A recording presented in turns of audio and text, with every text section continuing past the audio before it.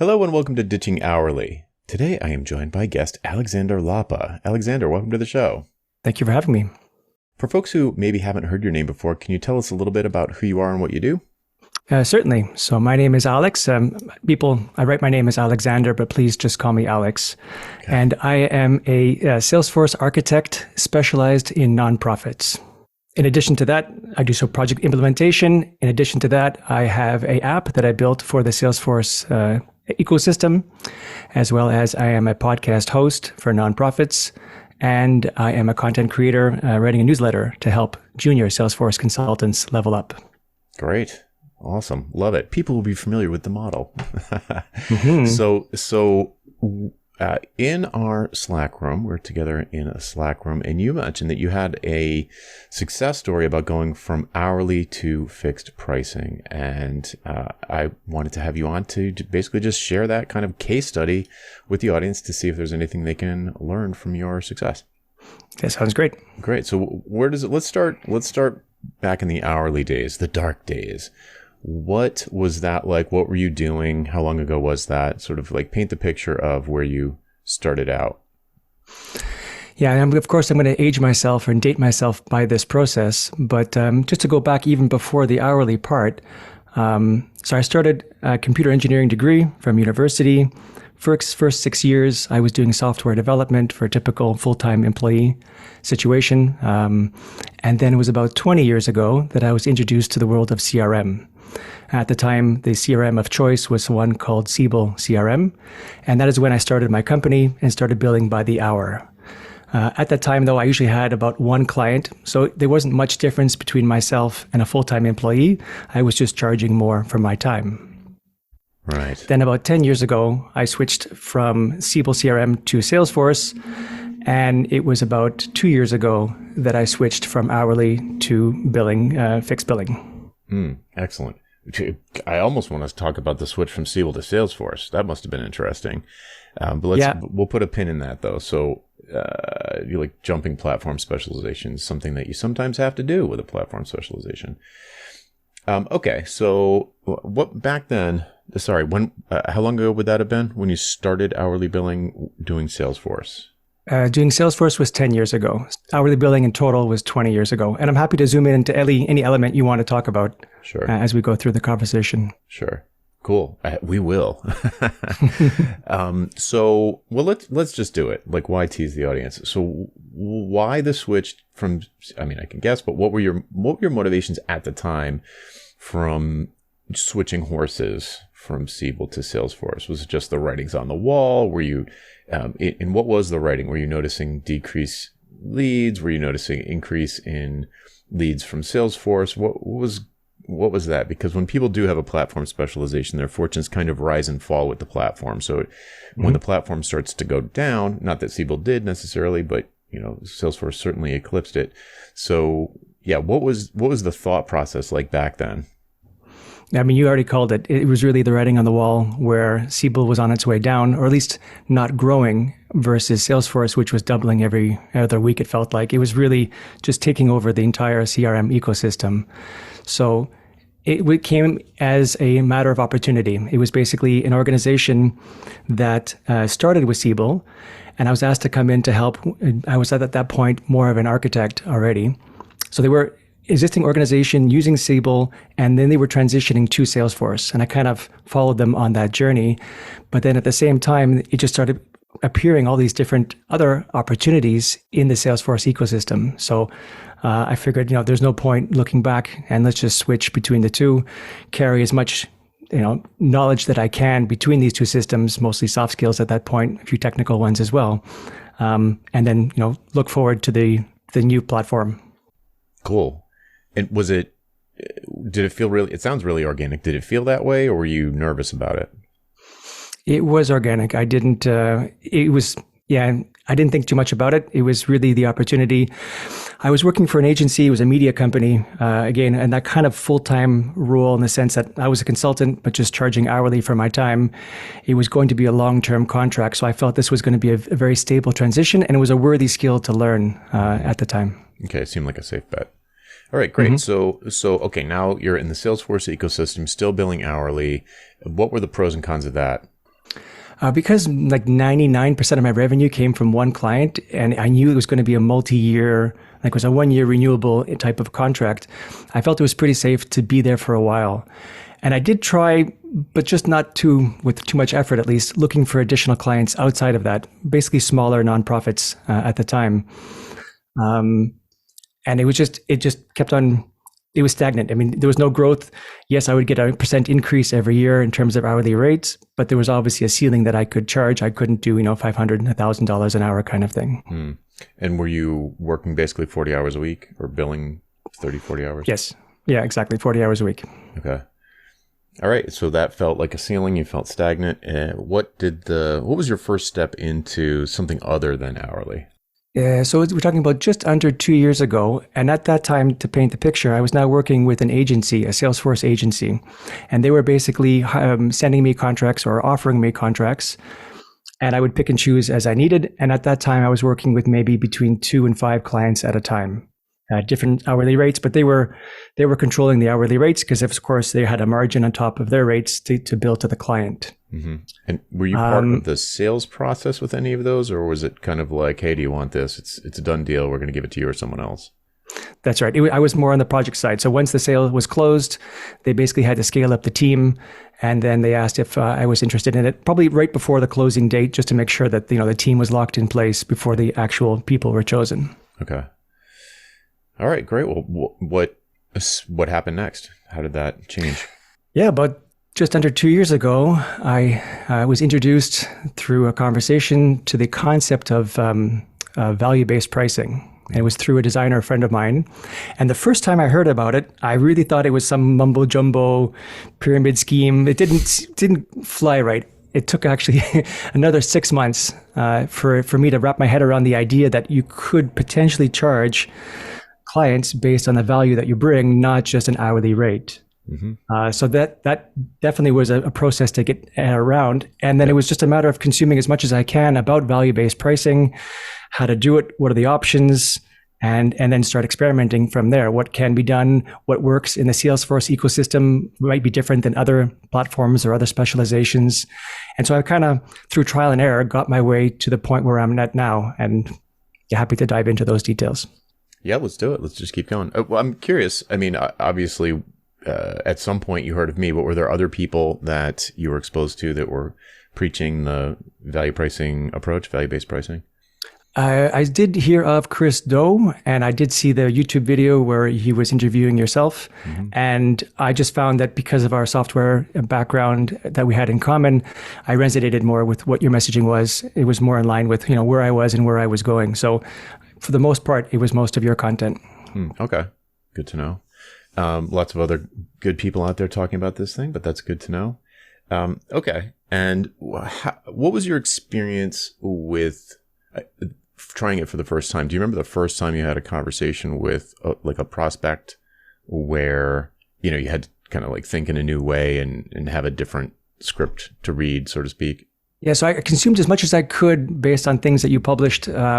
And the idea of having that why conversation, obviously, it takes a lot of practice. That first time was I was quite nervous, not quite sure what to say, what not to say. But I think the first, or at least one of the first contracts I got was one of my most lucrative ones. And it really floored me to see the capabilities of shifting from hourly to billing. And it was an advisory role. It was basically an agency that needed help. Their employees were not as efficient as they could be. They needed a bit more guidance technically and on the soft side. And I came in as an advisor, more at a ad hoc basis as opposed to a fixed number of hours. Mm-hmm. And I listed the number of services that I would do and wouldn't do at the various price points. And I was only called in when needed. And it ended up being a 4-month contract where I was only meeting them twice a week. And the effective hourly rate was ridiculous. I felt bad, not bad, but I felt like I was overcharging, or I wasn't producing the value maybe that they could have gotten, or I'm not used to getting. The numbers were all over the place, and it took a while for me to get used to it. And I'm still getting used to it in some contexts, even today, wanting to not prove my value, but at least feel that I'm I'm doing everything that I can within the list of services that I can provide. Yeah, that's the tension, is that a lot of times, especially when you're new to it and the numbers are staggering. I mean, and for the listener, it doesn't always work like that. Alex obviously was in a situation where the value was very high. So like the value of whatever it was that you were delivering in the particular case, it was very high. Sometimes it's not, in which case the price isn't astronomical, but it does happen that the numbers can be staggering when the value is really high and you're selling your brains instead of your hands. So there's not a lot of work, so to speak.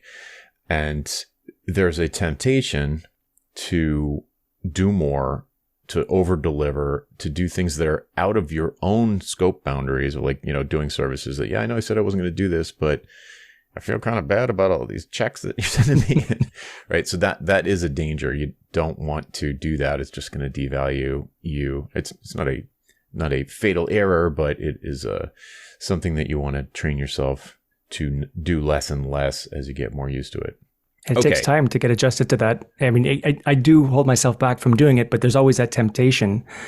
And I do have a story which was the opposite of that success story, in which case the project was supposed to be simple. It ended up being quite medium level, let's say complex, but I held my price. It was still, fixed price, and they got a lot of value because we had to re-engineer a whole bunch of things just to make the top level work. So there are some situations which are very, very profitable, let's say, and some which are definitely less so.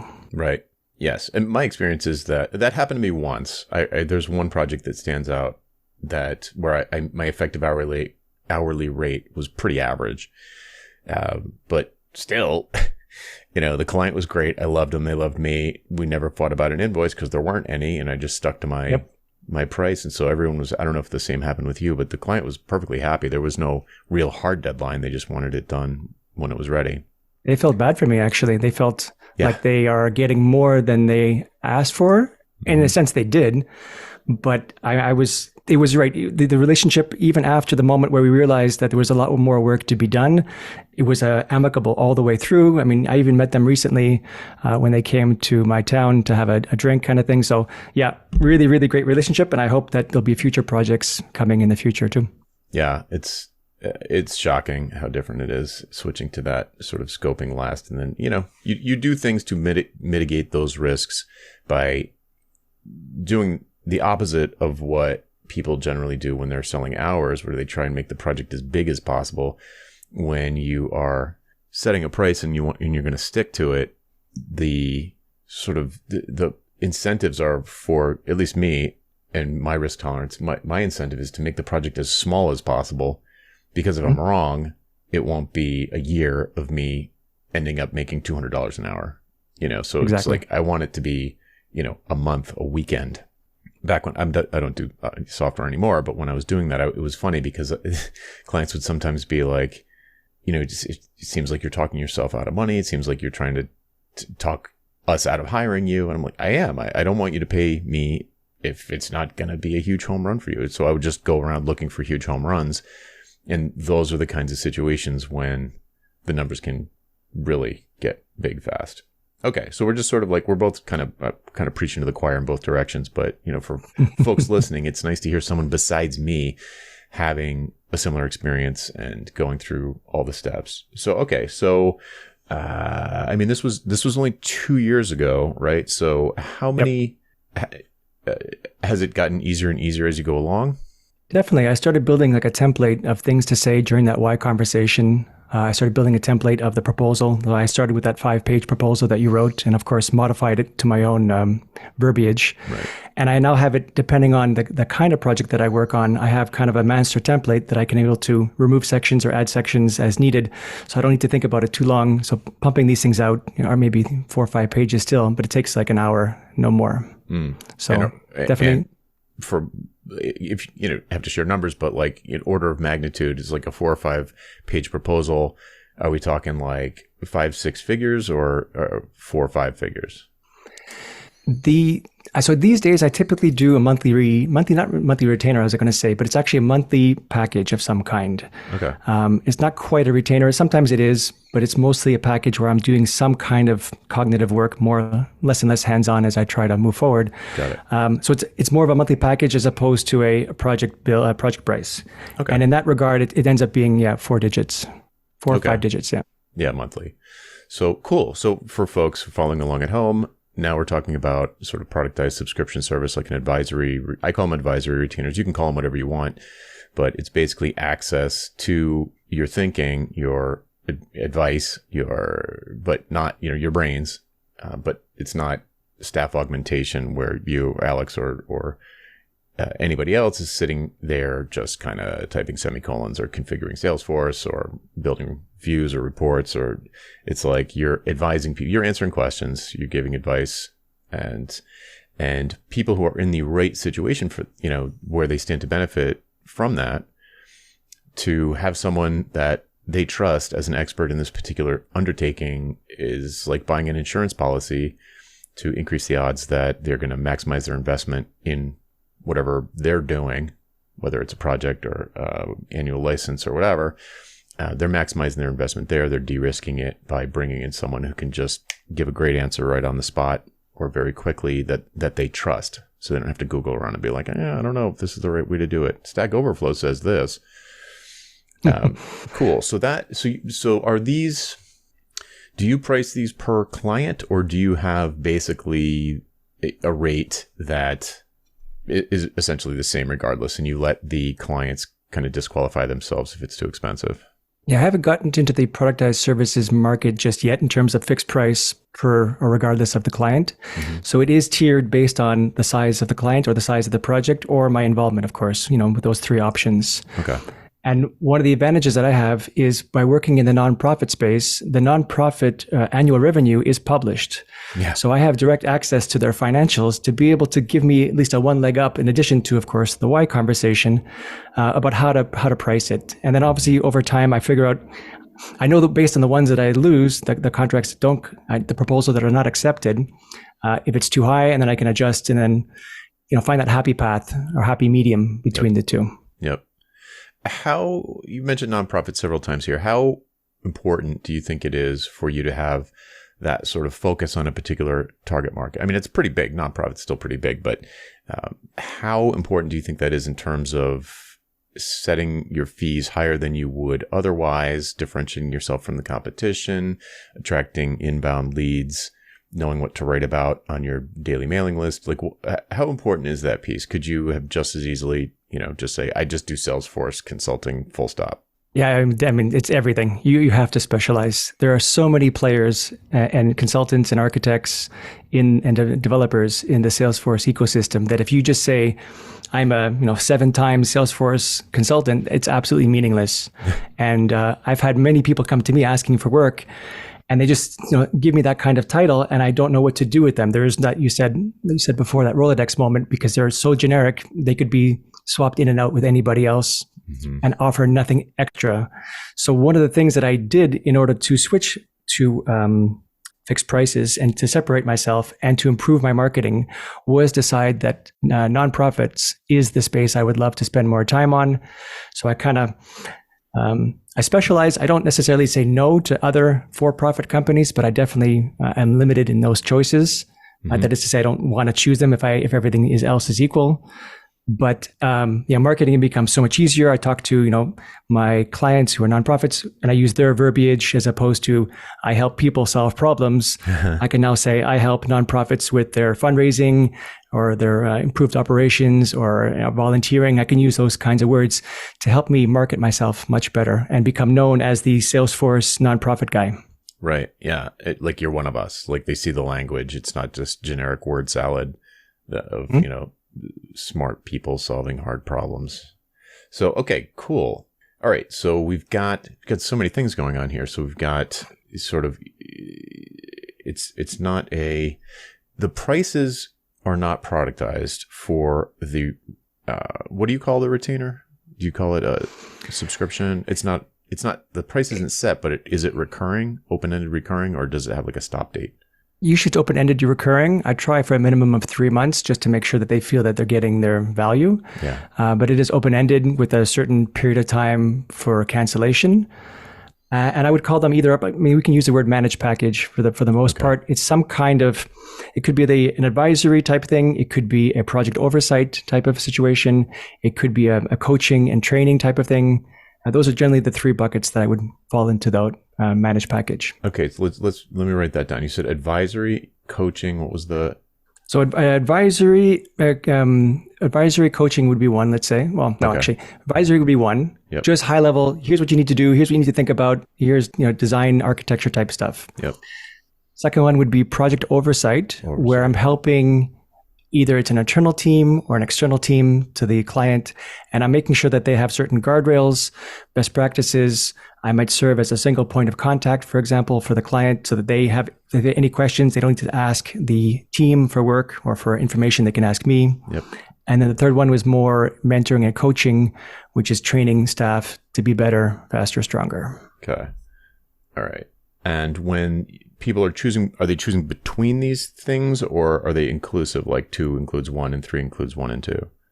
Generally, they know what they want, and it's one of the 3. And I might offer different levels within those 3, offering different elements because I can always add some additional value to it or reduce it depending on the need. Okay, so through conversation, through the why conversation and your sales interview, are you going to come to kind of a conclusion around which one of these 3 buckets the prospect probably falls into, and then send them a proposal for 3 options of that one? Is that how it goes? That's right. Okay, cool. So you all right, that's very interesting. I haven't talked to someone who does this, but it makes total sense. And just for an example, to give somebody an idea, what might be 3 options of one of these things? You can pick whichever one's easiest, like oversight. What are the 3 options that you'd present for project oversight, or one of the other ones if that's easier? Yeah, we can do oversight. Okay. So one I did, for example, was this is going back a year now because it's been already a year in that contract, but it was one of my favorite actually projects. It's so base level was making sure that the team is doing what they need to be doing, but I wouldn't attend like daily meetings or scrums. I wouldn't attend. It was more like on-call basis. So they can reach out to me what they want to, but I don't attend regular meetings. Mm-hmm. Anybody on the team, or just the buyer? I would have certain people who could reach out to me through Slack or through email. I would answer them. I could jump on a call on a more of an ad hoc basis, but no real fixed meetings. It's more a matter of, when you call me when you need me kind of situation. Mm-hmm. Okay. The second one was a bit more, it was the sweet spot. It was the one actually I was hoping they would go for, and they did. It's really, I'm kind of like an employee. I have quite a list of things to cover. I am in regular meetings and guiding things and looking at user stories to make sure that the work is being done properly. There's a bit of review, but I don't have to sign off on anything. I don't have to, it's more like I'm providing my feedback as they're going along, as they're doing their work. Okay. And then what would be third level? Third level is I'm also, in addition to being Salesforce certified, I'm also user experience certified. So I'm able to add all that layer on top of that, saying, in addition to everything else, I'll make sure that the user experience is top notch. Okay. Wow. Wild. All right. So how long do these contracts typically last? Like gut instinct, not scientific here, but you said they, usually a 3-month minimum because you're not going to really get anywhere quicker than that. But then once you get past that point, do you measure them in months or years, or how does that usually work out? Yeah, so I do measure them by the month, and they range anywhere between 3 months to the longest right now, which I think is about 15, 16 months. Okay. And how do they usually end? Like what happens? Were you focused on a particular project that ships, or do they just feel like, well, we got a lot of value out of you at the beginning, but it's decreasing because because we can kind of figure it out from here? Like how do those things tail off? It depends on which of those three categories we're talking about.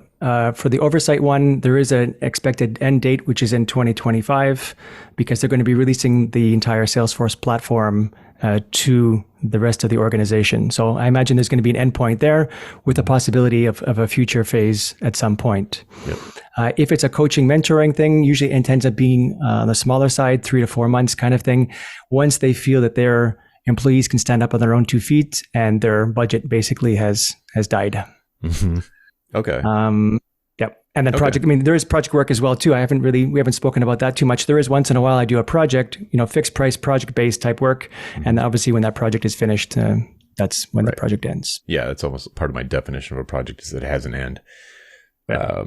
How many of these month-to-month subscription clients can you handle at a time? I know they're all different levels of involvement, but how many, looking just historically, how many have you had going concurrently? Ideally, I find that it's too large and too small. And I don't know what the exact definition of large and small is, but let's say I have one client now that I meet twice a week for about an hour. There's no homework for me to do. It's really just a guiding process. So that would put that into a small category versus the one that was a project oversight where I'm attending meetings, maybe 15, that's a bit high, maybe 10 hours of meetings a week, plus a bit of work and review work to be done. That would be a large one. Okay. Yeah, definitely. All right. And on top of that, you also you have time to do project work. So how many hours per week would you normally devote to, these subscription clients? If you had too large and too small, would you be pretty booked solid and you couldn't do a project, or is that you still have time that you could? With too large, too small, I still have a bit more bandwidth. It does vary, of course, because I'm working on my app. I got that Salesforce app that I mentioned that has to be progressed and evolved and worked on. Mm-hmm. And of course, the podcast and the newsletter and so forth. So I always make sure that there's a certain portion of my week that's reserved for those kinds of activities. Mm-hmm. That's it. But I don't even know. I don't track hours so much anymore. But at ballpark, I'm probably doing close to 40, 50 hours a week. I do enjoy what I do. Mm-hmm. So I do consider it to be a labor of love. Mm-hmm. And therefore, I don't mind spending a few more hours doing it.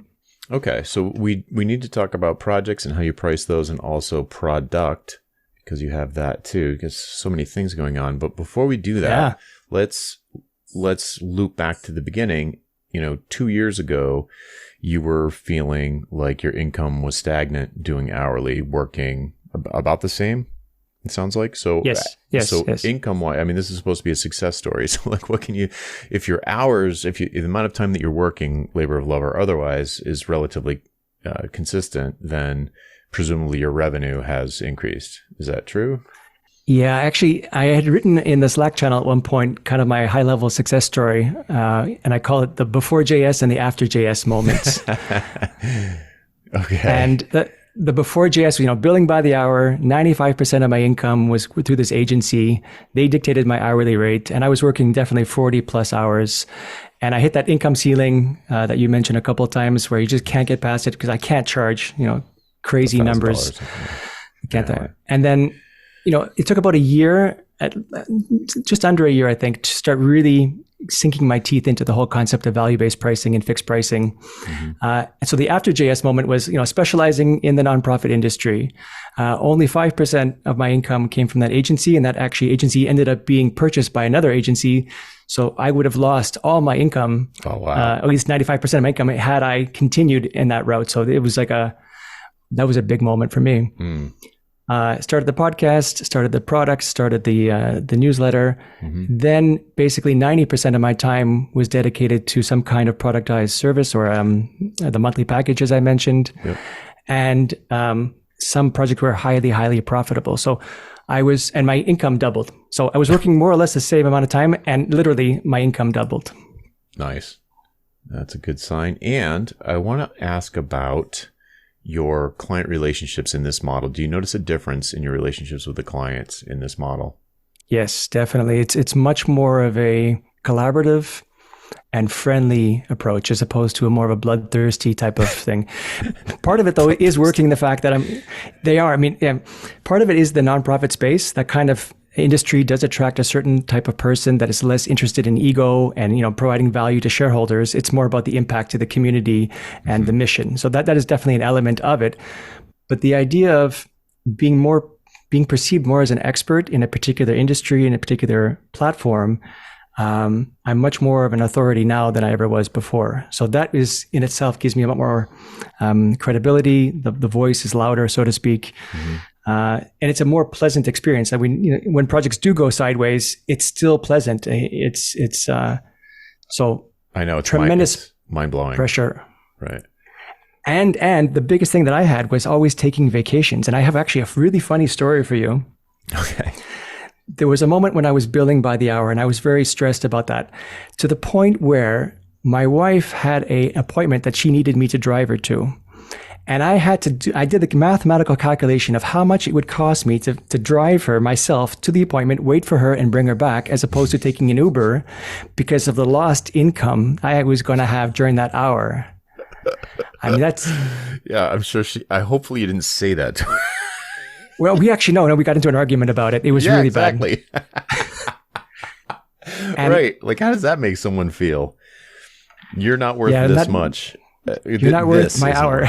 Right. This is the right wording for it. And of course, anytime I want to take a vacation, right? Not only are you spending time away from the computer, or not only are you spending time to get there, buying the plane tickets to get to the destination and spending the money to be on vacation, you also have that lost income when you're on vacation, as opposed to this past week where I was at the cottage and there was no change in my income. It was because it's hourly. They understood I'm away for this week and it's all good because it all kind of works itself out in the end. Yeah, because it's not hourly. Yes. It's not hourly. Fabulous. All right. Okay, that's exactly what I was hoping to hear, of course. So, and even better. Okay, so let's jump over to projects real quick, because a lot of people when they're starting out, they're used to doing projects. Maybe they do staff aug, and then that's a different category. But if you're pretty good and you're attracting some kind of clients, you get some kind of name for yourself, as like back in the day, I was doing FileMaker development, and fortunately for me, I lucked into having a recognizable name because I wrote in a magazine and spoke at the conference. So it's like, oh, we trust this person to do our FileMaker project. So I would get projects. How do you get projects? How do they come along? And what kinds of things? Well, let's start there. How do project types of things come along? Inbound, outbound, referrals? How do you find out about these things? There's a few handful, let's say, of methods. The first one is referrals. That tends to be my strongest one so far. And I think it's attributed to the fact that I am starting to be known, at least, as the nonprofit Salesforce guy. Mm-hmm. So referrals is a strong one. LinkedIn is getting better now because I'm posting some of my newsletters on LinkedIn. Mm-hmm. So example was I had done a series recently about a Salesforce Center of Excellence. And it was like a 13-day long email because I chunked them all out. Yep. And it just so happened that someone saw it on LinkedIn, forwarded it to their boss, and they approached me and saying, look, we just won a contract to build a Salesforce Center of Excellence for a client. Can you lead it? So it's like, what timing. Yeah. So the funny thing about that, here's a funny side story about that, is I'll write a random email on a random day, and at least once a week, someone is like, they'll reply with like, are you reading my mind? Do you have a camera in my office? This came at the perfect time. And it reminds me, I think it was Chet Holmes in The Ultimate Sales Machine, which is just a really spammy title for a book, but it is a good book. And one thing he talks about is like, if you're standing in front of a room of people, of 100 people, and, you sell cars, there's probably only one person in the whole room that's currently in the market to buy a car right now. But pretty much, 1% of the people are ready for this thing right now. So if you have a large enough audience, I guess, then it's almost certain that anything you write is going to be at the perfect moment for somebody in that group, whether it's just an insight or a free tip or an offer, like a paid thing or a lead magnet or whatever it is. If you can get a bigger audience, then you kind of improve your luck surface. You increase your luck surface area, because if you have enough eyeballs on it, somebody's in need of that thing. Anyway, that's a little bit of a tangent, but I wanted to point that out. Okay, so that project so it came at the perfect time. Is that deal still up in the air, or is that closed, or what's? Yeah, really funny end to that story. It ended really quickly because the first meeting that we had with the client since they won that RFP contract, the client said, yeah, we need to suspend this project indefinitely because of other priorities that just came up. So it ended as soon as it landed, but it was still in the moment a really cool thing to happen. Yeah, that's a big win. Yeah, I've had plenty of weird stories where people get project greenlight, project sponsor fired. Okay, so a lot of referrals. LinkedIn has been useful. When a project comes along, correct me where I'm wrong. You're going to jump on the phone with hopefully the economic buyer. You're going to have a sales interview. You're going to do the why conversation, and at the end, you're going to say, "Hey, I think I've got a few ideas of ways we could work together that be mutually beneficial. I'm going to put together a short proposal and send that over on Wednesday." Does that sound good? It's sort of like that, like the normal. Yep, exactly. Normal approach. Okay, great. And what kinds of, like, what's happening? We haven't really talked too much about what's happening inside of the client organization with regard to Salesforce. So, like, what's a typical project? Is it like a migration from another platform to Salesforce, or what are the kinds of projects your ideal projects, the ones that you want to have land in your lap? So just to level set the audience, Salesforce is a platform. It's a company and it's a platform. And Salesforce will sell you the platform, and you can kind of use it out of the box, but you don't really want to. You really want to spend the time customizing it for your business needs, whether it be certain automations, emails, certain integrations to other systems. So that's where I come in to help, bring Salesforce or customize Salesforce in the way that you want it to be customized. Okay. I've never used Salesforce for a ideal buyer, an ideal client for you. What is ballpark their annual investment in the platform itself, like what they're paying to Salesforce? So in the nonprofit industry, Salesforce is actually very generous that they offer 10 free user licenses, which are normally, I think, I'm not going to make up some numbers now that are going to be wrong, but big numbers. We're talking about hundreds of dollars per user per month kind of thing. Okay. And in the nonprofit space, it's first 10 are free. And then after that, it's like a nominal value of anywhere between $36 to $60 US per person per month. Okay. So for smaller nonprofits, it's a fantastic fit. There is no reoccurring costs. There's only one-time cost usually for my services. But for the larger ones, I mean, it can get quite large. We're talking about, it could be millions of dollars a year. Okay. So to bring someone in to maximize that they trust to maximize that investment makes a lot of sense. Right. All right. Who makes the decision? Who decides it's going to be Salesforce we're going to use? What are the couple of competitors? I know it's the elephant, the gorilla, the 400-pound gorilla, but what are the other considerations, and who makes the final decision in a case where it is going to be annual? It's going to cost them 7 figures a year. Are you talking about who makes the decision to purchase Salesforce or purchase my services? Salesforce. Is like CIO. Yeah. A CIO or executive director in the case of a nonprofit, ED, we call it. Right. Okay. Perfect. Or it could be a board though too. They might have a board that they have to respond to get approval from the board. Okay. And what would they consider as alternatives?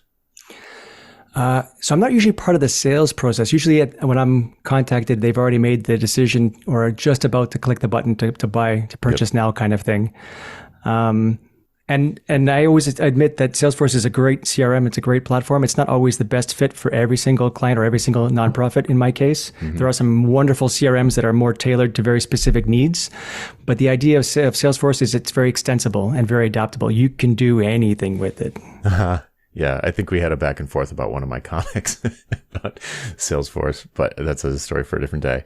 Okay, so the reason why I was asking was to make a point for the dear listener about I said it already, but I want to say it explicitly that if a company is spending $1 million a year on something, then it's a pretty easy bet that de-risking that or increasing the ROI on that investment makes a lot of sense. And as Alex said earlier, the numbers can be staggering because in a large organization, the the downstream benefits are ginormous. You know, they like if you do something wrong at the headwaters, at the top of the river, then everyone's going to suffer from that downstream. But if you do something right, then everyone's going to benefit downstream. So the value that you offer as someone like an architect that's making decisions that are way upstream, it's just magnified over and over and over downstream. So it just makes tons of sense. It's like, it seems crazy at first because, you know, a lot of folks who are listening are a company of one or very small, but so it's easy to kind of sell to your own wallet and think like, oh, well, you know, no one would ever pay more than X for anything. Like, how can I keep it with a straight face, send this proposal for like $1.5 million? Or I'm not saying you do that, but how can just little old me with a 4-page template, a proposal template, send a proposal for 7 figures? How could that even in what universe does that make sense? Well, in a value-based universe, it makes sense. If the client has a huge investment, a huge bet, if they went to the board and got the thing approved, if the executive director went to the board, got the Salesforce approved, and then the integration project or whatever you would call it, like goes sideways, see ya. They'll probably remove the person. It certainly would be a possibility. So there's a lot of risk on the person who made the decision, which was why, you know, long story short, why I asked who's the person that decides, because that person's head's going to be a chopping block if the project goes sideways. Or correct me if I'm wrong. Like, have you ever heard such a story? Do Salesforce projects ever go sideways? Is there ever fallout from that? All the time. All the time. Actually, it's what in that project space that I do.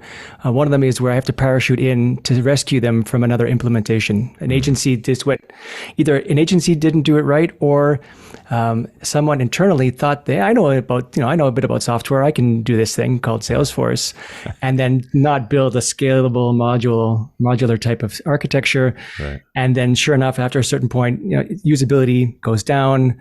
People are wondering, why are we paying so much to get so little out of it? So let's call in an expert to help us, you know, assess and audit, and then make recommendations of how to get out of this mess. So yeah, definitely many ways it can go wrong, because it is a platform, because you can do anything. The flip side is you can do anything. And there are some negative consequences to that. Sure. Enough rope to hang yourself. So let's talk about, it sounds like you might sell an audit or an assessment or a roadmap or something like that. Is that true? I want to get there. I've done it before, and I am actually in the process of trying to figure out how to make it into a more productized service where I can do a buy now button. Mm-hmm. But even then, the price point at 5 figures, I can't imagine too many organizations doing it without contacting me first, without having a conversation. So as much as it sounds like a great idea, I'm looking for something a bit smaller than that I can sink my teeth into and offer and be able to have that buy now button. Got it. Yeah. When they start to get into mid 5 figures, you end up on the phone. Usually, not always, but usually what happens is before, somebody has to get approval from somewhere, and they're not just going to click a buy. Like, there's nothing they can swipe. They're not going to put in their ACH information into some anonymous website. You'd need to be really famous for somebody to do that. Okay. So speaking of a buy now button, let's jump over to the product side of the business. So tell us a little bit about what this application is. A lot of software developers listening, so you can get nerdy if you want. And I know virtually nothing about Salesforce. I understand the concept. I understand the concept of an app store or whatever it's called there. But what does that look like from the creation standpoint? So just speaking like a software developer, not your user's experience, but from the software developer experience, what is it like to create a Salesforce app, or tell me what you call it? Yeah, we do call it an app or a package. Mm-hmm. And the idea is, so Salesforce does a lot of things. Like, out of the box, it has a lot of power and functionality, like I mentioned, but it doesn't do everything. And there are hundreds of use cases where it needs to do something that it doesn't do. For example, mass emailing. It has a limit of how many emails it can send out per day. If you want to send out tens of thousands or millions per day, you need another system. Mm-hmm. So having an add-on either to a mass mailer of some kind would be an integration, an app you could build. Let's talk about, let's say, Amazon SES, the simple email service. Yep. So you could build an app that allows you to send emails kind of like it's from or sent out from Salesforce, but it's really using the Amazon SES platform. And you could charge for that based on how many users are using it, or how often it's used, or some kind of usage-based system. Mm-hmm. So so there's a whole app store. It's called the App Exchange, where it's a marketplace. You can install the apps, or anyone can install apps once you've got Salesforce within certain requirements. And usually it's a monthly subscription, a SaaS-based product. Mm-hmm. Some of them are free up until, I assume, thousands per month, I guess, is the higher end of things. Yep. And then my app is specific to Canadian nonprofits, and it's for tax receipting purposes. So you as a donor, when you make a donation to a charitable organization, you're usually eligible for a tax receipt for income. And then it doesn't do that natively within Salesforce. So I've built on top of that platform an app that generates a tax receipt with a PDF. You can email it and so on and so forth. Okay. Let's get nerdy for a second. What is that? What is that? How do we even ask this question? Here's what I'm imagining. Here's what I'm imagining it is. You've got some essentially SaaS set up on AWS or wherever, and you have some glue code that actually gets, air quotes, installed in their instance of Salesforce or their account, and it talks to an API that does some stuff and manages like the tax, the actual function, but also, well, no, because the subscription would probably be handled by Salesforce. So who pays you, Salesforce or the customer? Yeah, it's the customer. So I'll jump in here to help you out a bit. Yeah, thanks. The idea is that so Salesforce, again, is a platform. It has a programming language built into it, which kind of looks like Java, but it's called Apex. Okay. It also has some low code, no code type solutions as well. So you can build on the platform itself. I've seen. Cool. Okay, so you're not like itself, hosting for example, your own. No, it's all hosted internally on Salesforce platform. They were actually one of the largest and first SaaS products ever. At the time, the Siebel platform was always on-prem, they called it. Mm-hmm. So you had to have your own servers, your own infrastructure, your own network engineers, and so forth, versus Salesforce was fully cloud-based. Everything's in the cloud, everything you do in the cloud. So there's a huge shift in mentality around there, but it is an extensible platform. So you're building everything on that platform, and you've got basically instances that you own. So you are renting an instance of Salesforce built for your company, for your organization. Mm-hmm. And you're running on their servers, and then you can add your own functionality locally, or you can install this package or an app to extend the platform even further. Got it. So the way that I'm building it is on my instance of Salesforce. I'm building this package, knowing what my client's instance looks like. It's almost like a generic mirror of it. Yep. I'm building the app locally. There's a functionality that allows you to wrap it up into a package, publish it on the App Exchange, the platform, and then my client can download it from there. Wild. Okay, I did not realize that. So to put it for people that aren't technical that are listening, kind of as AWS built inside, like they've got their own AWS. Mm-hmm. So you don't have to worry about any of that stuff. You do all of your development using Apex, I think you said, like in their development environment. Is that all true? Yeah, you don't necessarily need to use Apex. It is available to you. But the idea is that it's a combination of, for example, I need to add an extra field on the contact table to say, for example, to specify, do you want your receipt to be done, sent by mail or email? So that's a preference that I add as part of my package. Mm-hmm. So in addition to the functionality elements of it, there's a data model portion of it as well. Mm-hmm. Okay. Wild. All right. That's cool. Okay. So now if we look at it, what's I'm trying to decide if this is going to be interesting to the audience. It's very interesting to me, and I'll just assume that those two things overlap. So is there, as a developer, not the development piece, but the experience of publishing it and being in the App Exchange, what's that experience like? Let's say we're talking to someone who's listening that is a developer and is like, oh, wow, maybe I want to go develop Salesforce apps. And like, what's that? And as my only job, what's that life look like? Do they have to get approved? Is there some kind of like certification? What are the surprises, I guess, when you are publishing stuff in the Salesforce App Exchange? Yeah, I'm happy to answer all that. And I can tie it into the overall picture of how it fits within my portfolio of services as well. Yeah, great. So the first part, The idea is, yeah, I mean, there are companies out there that base their entire success on building apps for Salesforce. And I already lost track of the question. So the question is, what is it? If I decide I want to do that, what are the surprises? Like, oh my, because I'm really familiar from back in the day when the iOS App Store first came out, when it wasn't even called iOS. And there was a lot of lots of surprises for first time app developers. Is this like not the case with Salesforce? Like, oh no, you just like sign up for a developer account. It's free. You could, in 5 minutes, you can have code running and they approve everything in 10 seconds and boom, you're making money.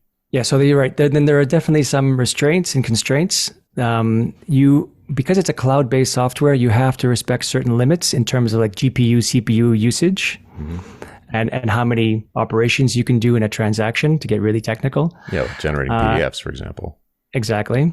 And then you want to be as native as possible to the Salesforce platform in terms of the idea of, you don't want to have, there are some applications, let's go for that mass emailer. We were using Amazon SES as an actual emailer that obviously uses an external system outside of Salesforce.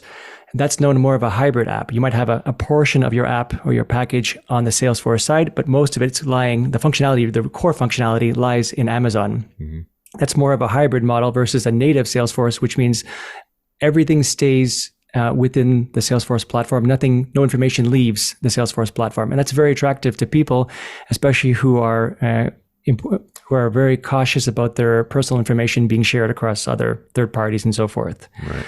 So that's definitely a consideration. There's also an approval process. In order for your app to be published on their app exchange, it has to go through a Salesforce security review. There's a whole process involved in that. And they have to basically sign off saying, yeah, it is safe to use, so to speak. Okay. And then how long does that take?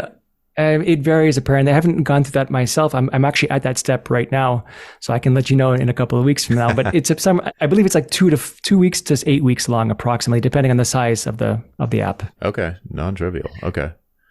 And then the main difference I've noticed is that you really learn as a developer the ins and out of the platform itself, the limitations, because you're scratching those limitations more often than not building projects. Yep. And you always have to keep in mind, as you're building an app, as opposed to a custom project for a client, is that this app is going to be used now for many clients. So I have to do the 80-20 rule. Well, even though a particular client might want a particular feature, if it doesn't make sense for any other client, then I won't add it to the product. So having a higher level perspective on what should be added to the product versus what shouldn't be is an important differentiator. Perfect. All right, great. Well, that brings us, I think that's a perfect segue into how does this fit into your overall business strategically, because you're kind of like if I didn't know you were doing well and not overworking, it would sound like you have way too many things going on. Just let's recap. You do a daily email list, or is it Monday through Friday? Monday through Friday. Monday through Friday. Weekly podcast? Weekly podcast. Okay, with guests. So there's all that scheduling and back and forth and all that. And between 2 large subscription clients, maybe 2 small subscription clients, the occasional project, and you're about to launch a software product, and I didn't ask, do you have any employees? Did we talk about this? Do you have any employees or contractors or anything like that? I have a contractor helping me with the Apex development for the app, and that's it. Yeah. The rest is just me. Yeah. It's like insane level of productivity from the outside. That's how it sounds. And meanwhile, improved your client relationships and doubled your income in the meanwhile, at the same time. Yeah. It is a lot, but I love it. And it's about leverage. Yeah. And just imagine as you're listening to this, since you're exploring, let's call it, or learning Salesforce from all of these different levels. So from all these different perspectives, from your client perspectives and all the interesting things that their challenges they have. And then I'm assuming you saw this pattern in Canada with the receipts issue, and you're like, oh, maybe I should this seems like a lot of people have the same problem. There's nothing in the the app exchange for it. So maybe I'll just build this. And then, so are you imagining that it's going to be people's first experience of your brand, of your company? Are you going to use your same company name, your consulting company name? And that's going to be maybe an entry point where you do custom development on top of your own product and that'll become a lead source, or how does it fit in? I definitely do add or offer rather additional services on top of the app. So if another Salesforce agency wants to install my app to the client, I can just be hands off, just sell the app and be done with it. Or I can be more white glove and install it and configure it and add additional receipt templates and so forth. Or I can be part of another team. So I am scalable in that regard. But the concept is really to have it more as an app because there was a need and I felt I could build a better solution. And the idea was to diversify my portfolio. So it's not just project work. As I'm getting older, I'm trying to move a bit more away from actual project work to do more advising. Having a SaaS-based product is great because, making money when you sleep is a great feeling. Yeah. And more stable, reoccurring income as opposed to the highs and lows of project work. Right. So much more predictable. Mm-hmm. All right. How do you go about, this is pretty far, this is probably not that interesting to the bulk of the audience, but for future reference, how do you price such a thing? You said that the prices range from sort of freemium up to thousands per month. In your particular case, have you already thought about the pricing? What strategically speaking, is it going to make more sense to skew more toward the freemium end of the spectrum or the 4 figures end of the spectrum? Yeah, I'm still working on the pricing model and tweaking it, let's say, adjusting it as needed. But the idea is I wanted fixed prices, even though there's a usage-based element to my app, because I do depend on a certain web service to do some merging of PDFs as a feature. Mm-hmm. So I offer basically 2 editions of my app, a basic edition and a pro edition. And that pro edition has that usage-based component, which is variable. I mean, it could cost me more than it costs the client, but we'll see where that goes. Mm-hmm. And the idea is I wanted something that, again, very structured, very simple for the client, brainless. So I say, depending on your annual revenue, if you're within a certain range, here's the price. And the price just increases as that revenue increases. So let's say if you are a nonprofit that makes less than $1 million, your price is A or B, depending on if it's pro or basic edition. Mm-hmm. If you are between $1 million and $10 million, it's this, and so on and so forth. I'm shocked does Salesforce support that kind of pricing natively, or do you just have a matrix of, let's say there's 4 tiers times 2 prices, and there's basically 8, just a big long list of 8, and just honor system, pick the one that is appropriate? So Salesforce will encourage you to any pricing you want. There is usage based, there's per seat, there is per company, there's freemium. And the only thing I'll add to that is the fact that if the app is posted on their app exchange, they do take a cut of 15%. Okay. So you also want to take that into consideration as well. You don't have to necessarily have it on the app exchange, but it definitely gets you a lot more eyeballs.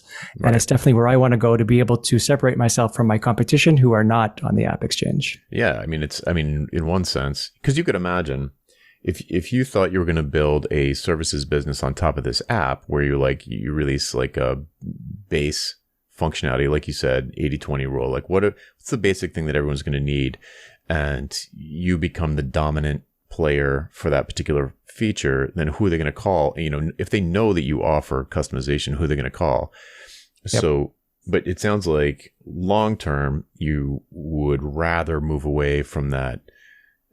Maybe a long time from now, because it sounds like you love coding it or whatever, working on it. But if you were going to move away from that to that more predictable, recurring app income, it seems like you might want to use the however much it costs as real income and not just sort of nice to have money that really is acting as marketing for you. It is definitely a lead magnet of some kind. I haven't positioned it quite like that yet, but I can see it moving into that space. Interesting. And what about the annual revenue, or if it's called revenue for a nonprofit? Is it just honor system, or do you talk to them before they buy it, or can they click buy now and just say yeah, this is how much we're doing per year, so we'll pick this level? We have to have a conversation. So they can kind of buy now, they can install it, but it doesn't, I have to enable it basically on my side. So I do have checks and balances on my side to make sure. And if the nonprofit does grow, I don't know what I would do yet. I don't have enough clients to be able to make that call, but I don't mind the idea again that the whole space, the whole nonprofit space is such a wonderful space to be in that it's not so, like I said, bloodthirsty, cutthroat type situation.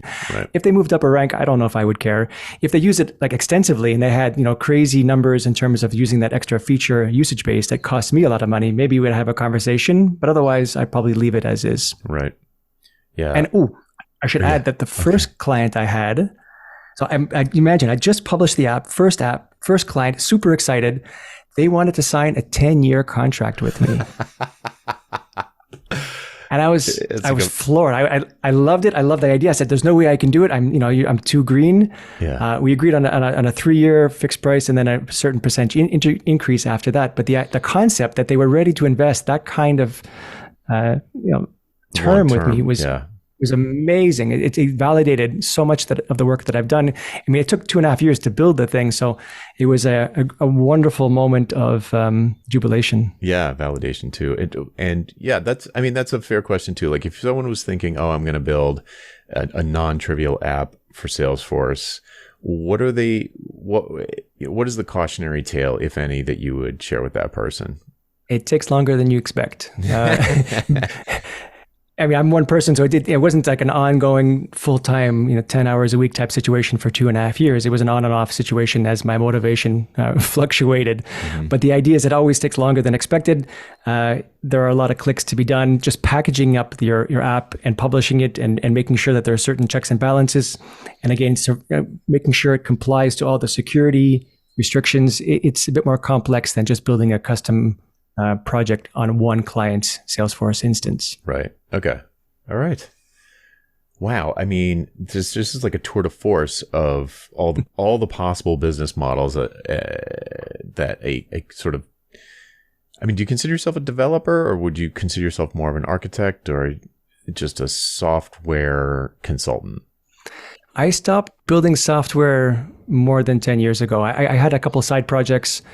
Actually, I built my own accounting software at some point. But no, at this point, I'm architect all the way. And for the Apex development for my app, I do have a developer that's dedicated to it because they're just so specialized and so good at what they do that I can barely read their code anymore. So yeah, architect at this point.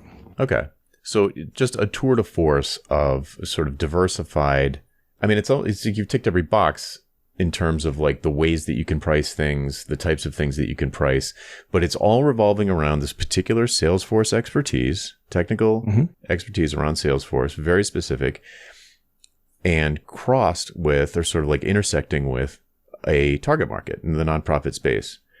And it sounds, I mean, based on your success, at least post hourly in only 2 years, it sounds like you've got it dialed in. You've got your sort of positioning Etch-a-Sketch dialed right into a spot where there's a lot of interest and a lot of value being created. So yeah, I expect a lot of people are going to be re-listening to this episode over, like every 3 months. I'm going to go back and listen to that Alex episode. So thanks so much for joining me. I think, and I'm looking at the clock, I know we both have to run. So where can people go to find out more about what you're doing and maybe connect with you online? Yeah, the best way to reach me is on my website, which is dryadconsulting.com, DRYAD consulting.com. And I have the newsletter for Salesforce consultants, which is thegoodenoughconsultant.com. And the podcast? Podcast is Agents of Nonprofit. And it's basically also talking to superheroes in the nonprofit space and a great way to network with people and have great conversations. Awesome. Thanks so much, Alex. That's my pleasure. All right, folks, that's it for this week. I'm Jonathan Stark, and I hope you join me again next time for Ditching Hourly. Bye.